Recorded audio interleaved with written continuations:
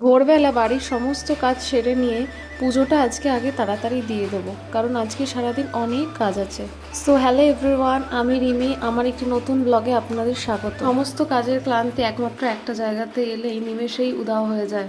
সকাল সকাল ভেবেছিলাম বাড়িতে পুজোটা সেরে নিয়ে কোথাও একটা পুজো দিতে যাব, কারণ আজকে আমার হাজব্যান্ডের বার্থডে।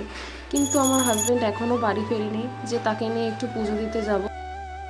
আমার যেমন রান্না করার তাড়া, আমার শ্বশুরমশাইয়েরও তেমন বাজার করার তাড়া ছিল। সকাল সকাল ভোর ভোর গিয়ে একদিন টাটকা বাজারগুলো করে নিয়ে এসেছে। আসলে আমার শাশুড়িমা বলেন যে জন্মদিনের দিন মাংস করাটা একদমই শুভ নয়, শুধুমাত্র মাছ করতে হয়, এটাই নিয়ম। তাই আজই শুধুমাত্র মাছই রান্না হবে। এর বাড়ির পিছনে একটা আমড়া গাছ রয়েছে, যেখান থেকে একটু আমরাও পেরে মাছ দিয়ে আমি যতগুলো পদ রান্না করতে পারি মোটামুটি সেটাই করার চেষ্টা করেছি। আসলে মাংস যেহেতু করতে নেই, তাই মাছ দিয়ে সমস্তটা করতে হবে।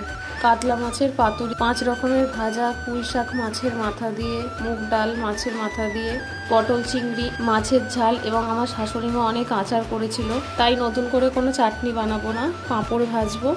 আর পায়েস করেছে আমার শাশুড়িমা, মিষ্টি আর ওর কিছু পছন্দের খাবার, ব্যাস এইটুকুনি। Thank you.